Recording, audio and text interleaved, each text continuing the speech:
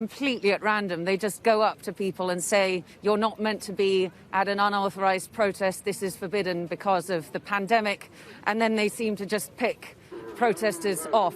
It's very similar, actually, to how it was in summer 2019.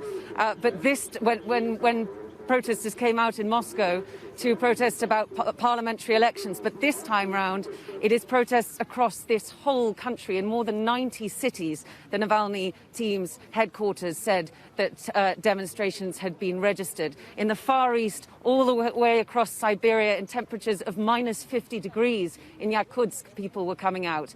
And around 240 detentions so far, we've heard. And I've already seen about 15 people detained here in Moscow. And the rally was only meant to start just 10 minutes ago.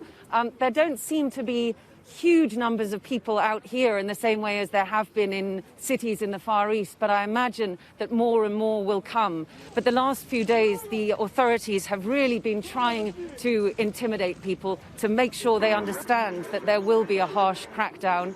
They've also been very aware of the kind of popularity that Navalny's message has gained, especially on the social media website TikTok. There have been 300 million views of pro-Navalny content on TikTok. And Alexei Navalny himself from prison praised the school children who had wreaked havoc on TikTok. And that has resulted in messages on state media encouraging parents to make sure they kept their children at home. We've had messages from the Ministry of Education saying that there are other activities that you can do with your children at the weekend. But I just spoke to a 16-year-old who'd come out here. He said that his school had told him that he should stay for extra lessons at school, that his parents had hoped he wouldn't come, but that he wanted to come out not just for Alexei Navalny, but for himself, for his right to defend his opinions and for the future of Russia. Very brave people out. But it isn't just children, it is people of every age come out here. And if you look at the pictures from